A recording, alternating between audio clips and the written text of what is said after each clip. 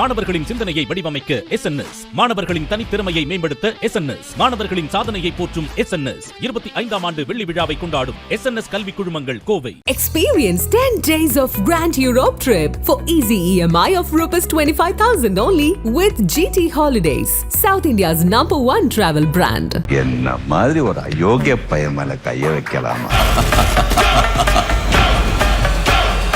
இந்த டைமில் நீங்கள் ஓடிடிக்கு வெப் சீரிஸ் பண்ணுறீங்க, ஒரு பக்கம் வாரிசு வந்துக்கிட்டு இருக்கு, ஒரு எக்ஸ்ட்ரா அட்டென்ஷன் வந்து நீங்கள் ஒரு பிரேக் எடுத்துகிட்டு திரும்ப வந்த பிறகு மறுபடி நம்ம இங்கே தான் இருக்கோன்றது இருக்கு இல்லையா, அது உங்களுக்கு ஒரு செல்ஃப் ரீஅஷூரன்ஸாக இருக்கா? செல்ஃப் ரீஅஷூரன்ஸ் இல்லை, ஐம் ட்ரைங் டு மேக் என்ன வந்து நீங்கள் வந்து you are still relevant to the current ஜென்ரேஷன்றது தான் வந்திருக்கு எனக்கு. So I know I am still relevant. அப்படி ரெலவெண்ட்டாக இருந்தனால தான் பிரதீப் வந்து என்னை வந்து அந்த லவ் டுடேயில் ஒரு காட்சிக்கு வந்து என் பெயரை பயன்படுத்தணுன்றதை திங்க் பண்ணியிருக்காரு. So that means I'm still relevant in this generation. நான் கேட்கணும்னு நினச்சேன், கேட்டுட்டு பண்ணாங்களா இல்லை பண்ணிட்டு காமிச்சிட்டு பண்ணாங்க? உங்களுக்கு சின்ன நெருடல் மாதிரி இருந்துச்சா? இல்லை, நெருடலே வரல எனக்கு. என்னன்னா ஐ ஃபெல் இந்த ஜென்ரேஷனுக்கு ரெலவெண்ட்டாக ஒரு காட்சி அமைச்சிருக்காரு. அப்போ சரத்குமார்னா என்ன, ஃபிசிக், டஃப் லுக்கிங் கை, மேன்லி கை. அப்போ சரத்குமார் கூட நான் இருந்தால் பரவாயில்லையா அப்படின்னு கேட்குறது வந்து இம்யூனிட்டி பீப்புள். சரத்குமார் கூட இருந்தால் என்னென்னா பர்சனாலிட்டியை சொல்லலாம், ஹேண்ட்ஸம்னஸ் சொல்லலாம். ஸோ இதெல்லாம் வந்து பரவாயில்லையா உங்களுக்கு அப்படின்னு பயந்துடுறாள். பிறகு ஐயோ சரத்குமாரா அப்படின்னு அர்ஜுனா சாங் வேறு போட்டு விட்டாங்க. ஸோ தட் ஒரு என்னை ரிமைண்ட் பண்ணுறாங்களே திருப்பி. ஸோ தட் இஸ் குட் தானே. தட் மீன்ஸ் ஐம் ஸ்டில் ரெலவெண்ட்னு சொல்ல வரேன். சரத்குமார் வந்து பசுமையாக இன்றும் இருக்கிறார் என்று சுட்டி காட்டிருக்கிறது அந்த லவ் டுடே படத்தை கூட. நான் ஆக்சுவலாக வெரி ஃபர்ஸ்ட்டு தேங்க்ஸ் டு சரத்குமார்னு கார்டு வரும், சரி கேமியா பண்ணியிருக்காருன்னு நினச்சிட்டு இருந்தேன் எல்லாருமே. கடைசியில் பார்த்தா இப்படி ஒரு விஷயம் வச்சுட்டாங்க. கேட்டார், சென்சாரில் வந்து அப்ஜெக்ட் பண்ணால் என்ன பண்ணுறதுன்னு சொல்லி NOC கூட வாங்கிட்டார். ஹியூமரஸ் சைட் ஆஃப் யூ அது நாங்கள் சில படங்களில் பார்த்துருக்கோம், பயங்கரமாக என்ஜாய் பண்ணியிருக்கோம். That too with Vadivelu. Highly comical films, full time comedy பண்ணணுன்னு வெங்கட் பிரபு என்கிட்ட சொன்னார். சார் இவ்வளோ தூரம் நீங்கள் வந்து காமெடி பண்ணிகிட்டே இருக்கீங்க, ஏன்னா பேசிகிட்டு இருக்கும்போது ஏதாச்சும் காமெடி பண்ணிகிட்டு இருப்பேன். அதனால் அவர் சொன்னார், கண்டிப்பாக ஒரு ஃபுல் லென்த் காமெடி பண்ண உங்களை வச்சுனார். பண்ணுவோம் சார் அப்படின்னு சொன்னேன். அந்த பன் ஆன் வேர்ட்ஸ், சில வார்த்தைகள் சொன்னால் அதை அப்படியே அதை யூஸ் பண்ணுவேன். இப்போ வந்து நேற்று ஒரு நண்பரை சந்தித்தேன், சட்டையை மாற்றிட்டு வந்திருக்கணும் சார் அப்படின்னாரு. பரவாயில்ல, அதெல்லாம் சட்டை பண்ணாதீங்க அப்படின்னு. So punning on words, this all I love doing it. ஒருத்தர் சொன்னார், நான் சொன்னேன் என்ன சார், நான் சொன்னேன் அந்த பொசிஷனை தான் நான் பார்த்தேன், நீங்கள் அந்த பொசிஷனாகவே எடுத்துட்டிங்களே அப்படின்னு. ஸோ இது மாதிரி ஐ லைக் பிளேயிங் அந்த மாதிரி காமெடி, விட்டியாக இருக்கிறது. It helps me keep my mind ticking and brain ticking. Vadivelu கூட உங்களுக்கு மோஸ்ட் ஃபேவரட்னா என்ன? அதாவது அவர் பணைய கைதியாக வச்சுட்டு வந்திருப்பேன் ஏய் படத்தில். அவர் விட்டுட்டு வந்திருப்பேன் போஸ்ட் ஆஃபீஸில். நான் உள்ளே போய் லவ் சீன் போடுவோம், அர்ஜுனா அப்படின்னு சாங் போய்ட்டு வீட்டில் போயிட்டு தேவதையை கண்டேன் காதலில் போட்டு வந்தேன். ரொம்ப குஷியாக இருக்கீங்களோ, காதல் ஒர்க் அவுட் ஆகிடுச்சு இல்லை அப்படின்னு. உனக்கு ஒர்க் அவுட் ஆகிடுச்சு, எனக்கு ஓட்ட விழுந்துருச்சுல, என்ன அவர் விட்டுட்டு வந்தேன் ஞாபகம் இருக்காடா அப்படின்னு. இப்போ யோசிக்கிறோன்னு வரல. அது அவர் வெள்ளைஞ்சோலியமாக வந்தது. என்னடா நடந்துச்சு, பழனி எப்படா வந்த, எப்போ வந்தனா, என் மேலே ஏறி நடந்தல தானே இங்கே நடந்துச்சுன்னு வரு. அது ஹில்லேரியஸ் படம்னா தான் எனக்கு வந்து வடிவேல் வந்து ஐ லைக் ஹிம். ஜானகிராமன் கூட பண்ணோம், காமெடியான படம். ஏய் மானசன், அது எங்கே போனாலும் என்னை பார்த்து அந்த தக்கம்ன்றதை இன்றைக்கி யார் விட மாட்டேன்றாங்க. So certain things have stayed and it's ரெலவெண்ட்டாக இருக்குது. திருப்பி ஐம் ரெலவெண்ட்ன்ற வார்த்தையை பயன்படுத்துறது இந்த மைண்டில் வந்துகிட்டே இருக்கும், மீம்ஸில் வந்துகிட்டே இருக்கும்ல. கரெக்ட். ஏதோ ஒரு மீம்ஸில் இன்றைக்கி இருக்க ஜென்ரேஷன் தூக்கி போடுறாங்கல்ல. இல்லைங்க, இப்போ தங்கம் பர்ஃபார்ம் பண்ணும்போதெல்லாம் உங்களுக்கு கஷ்டமா இல்லையா சிரிக்காமல் பண்ணுறதுன்றது? இல்லை, சிரிக்காமல் பண்ணுறதா கூட சிரிப்பு வரதான் செய்யும். ரொம்ப ரொம்ப சந்தோஷம். பொன்னியின் செல்வனில் நீங்கள் ஒரு பாத்தா இருந்ததும், பொன்னியின் செல்வன் தமிழகத்துக்கே ஒரு முக்கியமான படமாக அமைஞ்சதும் எங்களுக்கு வந்து ரொம்ப நிறைவாக இருக்குது. அது பெரிய ஒரு வாய்ப்பு. நான் வந்து ஏற்கனவே அவர் கூட வந்து இணைஞ்சிருக்கணும். அது சில சூழல்னால இணைய முடியாத சூழல். நான் பிஸியாக இருந்தேன். 20 என்ன நடிக்க சொன்னார். அப்போ 20 வந்து நான் நடிக்க முடியாமல் போயிடுச்சு. அதுக்கப்புறம் இன்னொரு படம் ரஜினி சார் ஒரு படம் பண்ணாங்க. அதில் வந்து அமரீஷ் புரி நடிக்க வேண்டிய கேரக்டர், வில்லன் கேரக்டர் கேட்டார் நினைக்கிறேன். அதுவும் வந்து கேட்டாங்க. டைரக்டர் மணிரத்னம் டைரக்டாக கேட்குறேன். இது 20 நான் விட்டு போய் உட்காந்து பேசினேன். சுந்தரமூர்த்தின்னு ஒரு மேக்கப் பேண்ட் இருந்தாங்க, அவங்க தான் என்கிட்ட சொன்னாங்க. அதன் பிறகு வானம் கொட்டட்டும்ல தனா டைரக்ட் பண்ணுறாரு அப்படின்னு சொன்னால் மணிரத்னம் சார் ப்ரொடக்ஷனில் திரும்பி நடித்தேன். அதுக்கு முன்னாடி நான் தசரதன் வந்து ஒரு ப்ரொடக்ஷன் நடிச்சிருக்கேன், கிட்டி இயக்குனத்தில். ஆலயம் ப்ரொடக்ஷன் செஞ்சப்போ, அப்புறம் பொன்னியின் செல்வன்.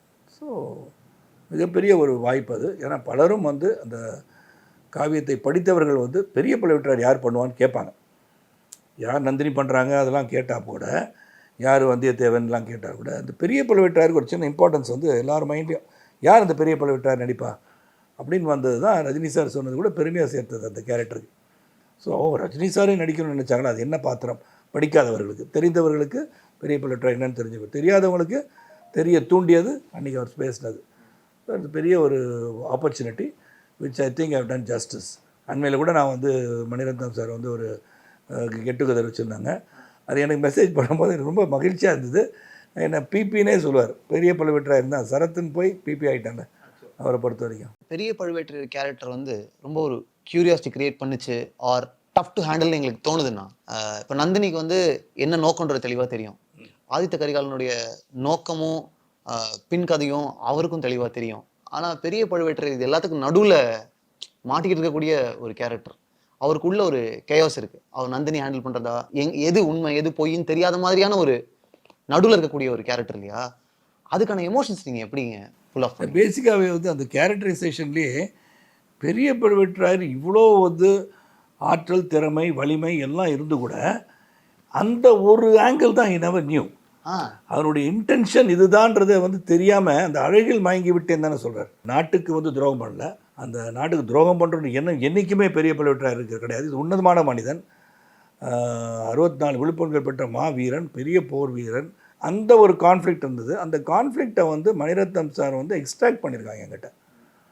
இப்போ சில க்ளோஸ்அப்ஸ்லாம் அவர் வைக்கும் போது ஒரே ஒரு இடத்துல வந்து ஆதித்த கரிகாலனும் மறுமொழித்தேவனும் வந்து இங்கே அழைத்து வந்தால் என்னன்னு சொல்லி கேட்கும்போது தான் ரொம்ப நேரம் அவர் க்ளோஸ் வச்சுருப்பார். அது அப்படியே அப்படியே பாருங்கன்னு சொன்னார். Stay because what is she telling, என்ன சொல்ல வராங்க, 2 பேரும் இது எதுக்கு வரணும், அந்த இடத்துல ஒரு சின்ன அவருக்கு மைண்டில் டவுட் வர மாதிரி வந்து போவோம்.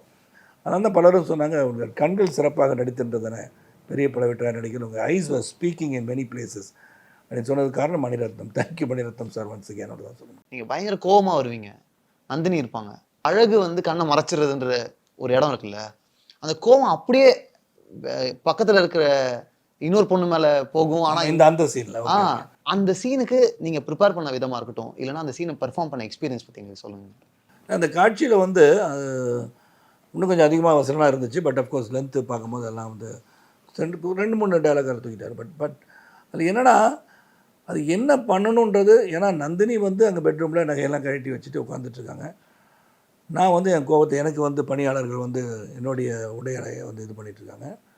அப்போ நான் வந்து குந்தையை பற்றி பேசுகிறேன். அதை தணிப்பதற்காக வந்து என்னுடைய நகையை கழட்டி விடுங்கன்னு சொல்லி வராங்க.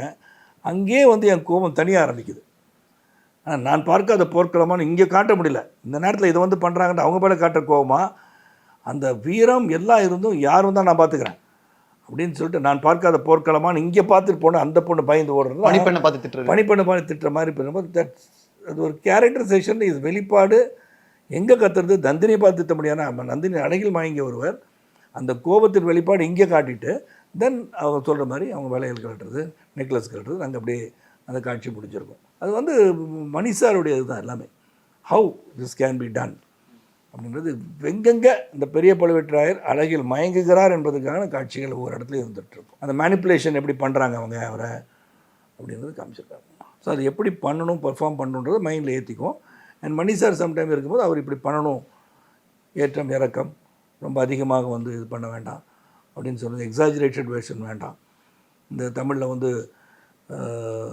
மிகப்பெரிய பழைய தமிழ், பண்டைய கால தமிழ்னு சொல்லி எங்கு சென்று கொண்டு இருக்கிறாய் இதெல்லாம் பேச வேண்டாம், வால்யூம் குறைச்சிக்கலாம். பேசிக்காக இருக்கணும். செந்தமிழாக இருந்தால் கூட கொலோக்கியலாக பேசுகிற மாதிரி இருக்கணும். இந்த மாதிரி சில மீட்டர் அளவுலாம் கொடுத்துருந்தார்.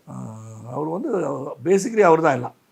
நம்ம வந்து பார்ட் 2ல் வர ஒரு காட்சியில் வந்து, காட்சியை பற்றி நான் சொல்ல விரும்பல, நான் வந்து இந்த சீன் இந்த மாதிரி பெர்ஃபார்ம் பண்ணட்டுமா, இல்லாட்டி நான் வந்து இப்படி குனிஞ்சு பேசட்டுமா, அதெல்லாம் கேட்டுட்டு இருந்தேன். சீனை ஃபுல்லாக படிச்சிட்டிங்களான்னு கேட்டார். நான் படிச்சிட்டேன் சார், நான் அதை மட்டும் நீங்கள் ஃபுல்லாக படிச்சுட்டு டைலாக் நல்லா படிச்சுட்டு வாங்க, நான் என்ன பண்ணணும் நான் சொல்கிறேன் அப்படின்னா. So we are all directed by him. அந்த கேரக்டரை முழுமையாக உள்வாங்கி என்னத்தை அந்த கேரக்டர் மூலிமா என்ன சொல்லணுன்றதை ஹீ கிரியேட்டட் எவரிபடி தான் நான் சொல்லுவேன். ரஜினிகாந்த் அவர்கள் ஆடியோ லான்ச்சில் பெரிய பழுவேட்டரையர் எனக்கு பண்ணணும்னு ஆசையாக இருந்தது, நான் ஃபோன் பண்ணி கேட்டேன்னா வெளிப்படையாக சொன்னது வந்து எல்லாருக்குமே ஆச்சரியம். அது முன்னாடியே உங்களுக்கு தெரியுமா, இல்லை அன்னைக்கு தான் உங்களுக்கு தெரியும்? அன்றைக்கி தான் எனக்கு தெரியும். ஒரு ஹார்ட் ஃபெல்ட் மூமெண்ட்டாக எல்லாருக்குமே இருந்தது வந்து படம் முடிஞ்சதுக்கப்புறம் நீங்கள் 2 பேரும் சந்தித்தது. அது வந்து ரொம்ப பாராட்டினார். அதாவது நான் பெரிய பழுவேட்டரையரை பண்ணணும்னு நினச்சது வந்து அந்த கேரக்டர் வந்து ஒரு பிவட்டல் ரோல்னு தெரியும். அது நிறையா ஸ்கோப் இருந்தது, பெர்ஃபார்ம் பண்ணுறது நிறைய ஸ்கோப்பு, நல்லா பண்ணியிருந்தீங்க. அவரும் சொன்னார், you played with you eyes well அப்படின்னார். கண்கள் ஒவ்வொரு காட்சியிலும் சிறப்பாக நடித்திருந்ததுன்னு சொன்னேன். ஏன்னா ஒரு ஆர்டிஸ்ட்டுக்கு கண்கள் பேசணும், மற்ற எது பேசுதோ இல்லையோ, கண்ணு வந்து it should express the correct view. அதாவது வந்து பேசிக்காக நீங்கள் என்ன நினைக்கிறீங்க, உங்கள் பார்வையில் உங்கள் கண்ணு தான் முதல்ல எனக்கு தெரியும் இல்லையா, நீங்கள் என்ன தான் பேசினாலும் வாட் ஆர் யூ திங்கிங்கிறது கண்கள் வழியாக தெரிஞ்சிடும். ஸோ அது that should perform for an artist. அது முழுமையாக அதில் பயன்படுத்தின ஒரு எக்ஸ்பீரியன்ஸ் தான் பழுவேட்டரையர் கேரக்டர். நல்லா இருந்தது பற்றியும் அந்த படத்தை அவர் பார்த்தது எப்படி இருந்துச்சு எல்லாமே சொல்லிட்டு இருந்தார். இ லைக் எவ்ரிபடி, எல்லாரையும் பாராட்டினார். யார் யார் நடிச்சிருந்தாலும் எல்லாருக்கும் ஃபோன் பண்ணி, அது பெரிய விஷயம். வந்து ஒரு நடித்திருப்பதை பிறர் பாராட்டுவது என்பது வந்து மிக மிக அரிது. அது சொல்லாமல் இருப்பாங்க, உள்ளுக்குள்ளே வந்து சொல்லிக்குவாங்க. ஆனால் ஃபோன் பண்ணி மெனக்கட்டு சொல்லணும்.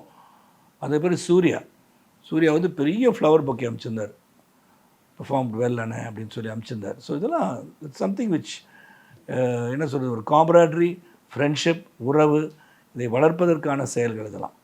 விக்ரம் ஆல்சோ வந்து ஃபோன் பண்ணி ஒரு 20 minutes you done it so well அண்ணே, ஃபேன்டாஸ்டிக் ஒர்க், நாங்களாம் இருக்கோம், பட் நீங்கள் ரொம்ப நல்லா பண்ணியிருந்தீங்கன்னு விக்ரம் வந்து பாராட்டுறது வந்து உண்மையிலே வாஸ் ஹாப்பி.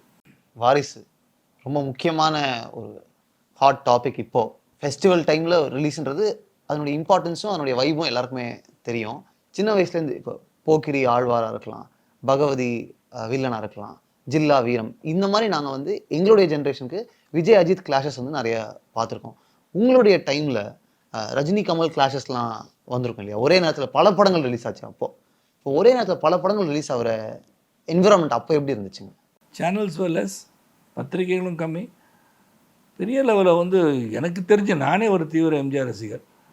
நான் சிவாஜி சார் படமே நான் வந்து பிரபு சாருக்கே தெரியும், நான் வந்து தங்கப்பதக்கத்தில் தான் அவர் படத்தை பார்க்க ஆரம்பித்தேன். We never had any kind of rivalry as such. அவர் படம் ரிலீஸ் ஆகும், எங்கள் படம் நல்லா இருக்கணும், என் தலைவன் படத்தை போய் பார்க்கணும் தான் துடிப்போம் மொழிய, அந்த படம் வீணாக போயிடணும், அந்த படம் கேட்டு அது ஓடக்கூடாது அப்படி தான் நினச்சதான் எனக்கு தெரியல. ஸோ இன்றைக்கி தான் அது வேறு மாதிரி லெவலில் வந்து ஒரு சோஷியல் மீடியா வார். அது வந்து என்னை பொறுத்தவரை இன்றைக்கும் எல்லாரையும் கேட்டுக்கிறேன், இது சினிமா, இதை நம்பி பலரும் இருக்காங்க. We have to set an example. அதனால் எல்லாருமே பரஸ்பரம் எல்லார் படத்தையும் எல்லோரும் பார்க்கலாம். இப்போ நீங்கள் வீட்டில் உட்காந்து ஓடிடி பிளாட்ஃபார்ம் என்னவெல்லாம் பார்க்குறோம்ல, அங்கே ஏதாச்சும் விருப்பு காட்டுறோமா? இல்லை. அப்போ why don't you see each other's film? அவர் என்ன பண்ணியிருக்காரு, அவர் என்ன ப்ளஸ்ஸாக பண்ணியிருக்காரு. இப்போ என்கிட்ட வந்து சில பேர் சொல்லுவாங்க, அண்ணே விஜயகாந்த் நல்லா காலை தூக்கி நல்லா உதைக்கிறாண்ணே, நீங்களும் அந்த மாதிரி ஃபைட்டில் காலை தூக்கி உதைங்கிறேன்னு சொல்லுவாங்க. I take it. அந்த மாதிரி we have to take it positivity தான் நான் நினைக்கிறேன். என்னை பொறுத்த வரைக்கும் it's not a good trend. I think everybody பர்சனலாக அவங்க 2 பேரும் ஹேட் பண்ணுறாங்களா? இல்லை. அவங்க எதுவும் சொன்னாங்களா, அவர் படத்தை நீ பார்க்காத, அப்போ நீ ரசிகனாக இருக்க முடியும், யாரும் சொல்லலை. I think we should become more காம்பராட்ரியை வளர்த்துக்கிறதுக்கு முயற்சி பண்ணணும் தான் நான் சொல்லுவேன். சக ஆக்டர்ஸ் நடுவில் இருக்கக்கூடிய நட்பை பற்றி நீங்கள் பேசும்போதே ஆட்டோமேட்டிக்காக முதல்ல உங்களுக்கு விஜயகாந்த் அவர்களுடைய பெயர், அவர் பற்றின ஒரு எக்ஸாம்பிள் வந்துருச்சு. ரொம்ப ஒரு சிறந்த ஒரு நட்பு, சிறந்த ஒரு உறவு. நான் அது பல இன்டர்வியூவில் சொல்லிட்டேன். எனக்கு வந்து ஒரு காலகட்டத்தில் வந்து புலன் விசாரணையில் வந்து என்னை வந்து திருப்பி அதில் வந்து வில்லனாக நடிக்க வச்சு, தொடர்ந்து பல படங்களை கூட நடிக்க வச்சு, புலன் விசாரணை படம் முடிஞ்சவொன்னே அவர் சொன்னது தான், அதான் சொன்னார், கலைஞராக இருந்தாலும் ஒரு சீனியர் ஆக்டர் அப்போ இருந்தார் அவர், சரத் இந்த படத்தில் உங்களுக்கு தான் பேர் வரும் அப்படின்னார். அப்படி இருந்த உறவை நான் சொல்கிறேன். நான் வந்து அவர் கூட நடிச்சிருந்து அவர் படம் வந்து அவருக்கு பேர் வரும்னு சொல்லாமல் உங்களுக்கு பேர் வரும் அப்படின்னார். உங்களுக்கு தான் ஃபஸ்ட்டு இந்த படத்தில் பேர் வரும், அப்புறம் தான் நான்லாம் அப்படின்றார். அப்போ எந்த அளவுக்கு ஒரு பெருந்தன்மையாக இருந்திருக்கிறோம் எல்லாரும்னு பாருங்கள். விஜயகாந்த் வந்து கதை கேட்டு, ஒரு பெரிய இயக்குனர் கதை கேட்டு, அந்த இயக்குனருக்கு வந்து கதை வந்து அவருக்கு அது சூட்டபுளாக இல்லைன்னு அவர் நினச்சார்னா, இது சரத்துக்கு நல்லா இருக்குமென்னு சொல்லி எனக்கு ஃபோன், சரத் இந்த டைரக்டர் வந்தார், அந்த படத்தை நீங்கள் பண்ணுங்களேன்னு சொல்கிற அளவுக்குலாம் இருந்திருக்கோம் நாங்கள். This is the relationship that we maintain and he has been a part of my life's growth. அவ்வளோதான். அவர் வந்து என் மேலே அலாதியான நட்பு. அதனால் என்ன வந்து தாய்மொழின்ற படம் சொந்த படம் வந்து என்ன ஹீரோ வச்சு எடுத்தார்ல, ஸோ அதுதான் உறவு என்னை பொறுத்த வரைக்கும். இண்டஸ்ட்ரியை வெளியிலேருந்து பார்க்கும்போதுமே சினிமாவில் is it a space where இன்செக்யூரிட்டின்றது ஈஸியாக ஒருத்தர்கிட்ட நம்மளால் கொடுத்துட முடியுமோ? இருக்க தான் செய்யும். எந்த ஒரு தொழிலையும் அது இருக்கும். தொழிலில் வந்து தொழில் போட்டி இல்லாமல் இருந்தால் அது வந்து தொழில் you are not a player இல்லை. ஸோ ஒரு பிளேயர் அப்படின்னு வந்த பிறகு எனி சார்ட் பிளேயர் தொழிலில் எந்த ஒரு இது இருந்தாலும் ஒரு காம்படிட்டிவ்னஸ் இருந்தால் தான் நீங்கள் வந்து உங்களே வந்து புஷ் பண்ணிவிட்டு நீங்கள் அச்சீவ் பண்ண நினைப்பீங்க. அதனால் you can look at the other person is a competitor. அவன் வந்து ஃபோவா எதிரியாக நினைக்க வேண்டாம் நான் நினைக்கிறேன். ஸோ காம்படிட்டர் இருந்தால் தான் you will better yourself. Is running faster than me, I should beat him in the game அப்படின்னு சொல்கிறது அது போட்டி இருக்கலாம், பொறாமல் இருக்கும். அவரே வெற்றி பெற்றால் அவரை பாராட்டணும். ஒரு படத்துல ரிசல்ட் உங்களை எவ்வளோ தூரம் அஃபெக்ட் பண்ணியிருக்கீங்க? 1 week to 10 days it will bother us.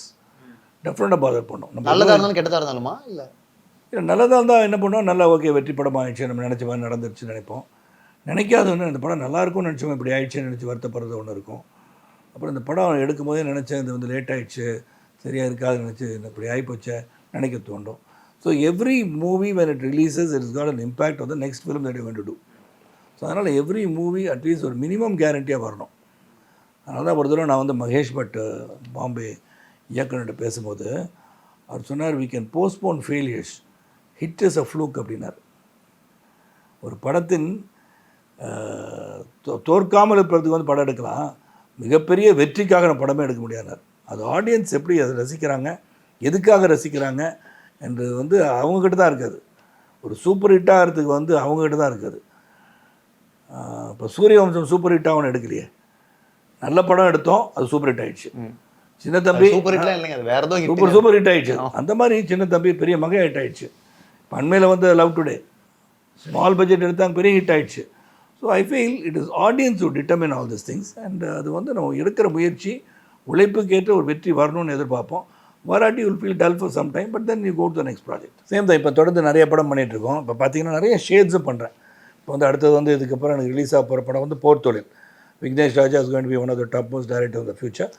ஒரு இன்ட்ரெஸ்டிங் க்ரைம் த்ரில்லர் பண்ணியிருக்கார், வெரி பியூட்டிஃபுல்லி ஷாட். அதே மாதிரி ஆலின்னு ஒரு படம் வந்து வரப்போகுது, அதுக்கு அஃப்கோர்ஸ் ஒரு ஜூன் ஜூலையில் பண்ணுவோம். ஏப்ரலில் வந்து பொன்னியின் செல்வனுக்கு முன்னாடி ஒரு வேளை ருத்ரன் ரிலீஸ் ஆனால் ஆகும், லாரன்ஸ் அண்ட் மை காம்பினேஷன். அப்புறம் பரம்பொருள் படம் முடிச்சிட்டேன்.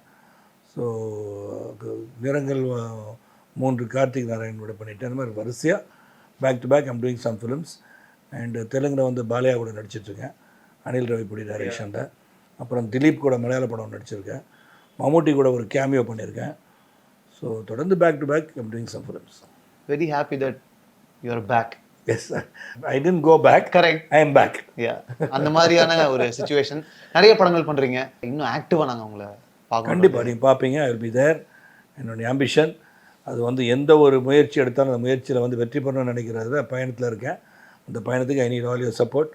ஒற்றுமையாக இருப்போம், உறுதியாக இருப்போம், நல்வழியில் நடப்போம், உழைப்பவரே உயர்ந்த கொள்கையுடன் வாழ்வோம். நன்றி, வணக்கம். மாணவர்களின் சிந்தனையை வடிவமைக்க SNS, மாணவர்களின் தனித்திறமையை மேம்படுத்த SNS, மாணவர்களின் சாதனையை போற்றும் SNS 25ஆம் ஆண்டு வெள்ளி விழாவை கொண்டாடும் SNS கல்வி குழுமங்கள் Kovai. Experience 10 days of Grand Europe trip for easy EMI of ₹25,000 only with GT Holidays, South India's #1 travel brand. என்ன மாதிரி ஒரு அயோக்கிய பையன் மேல கைய வைக்கலாமா?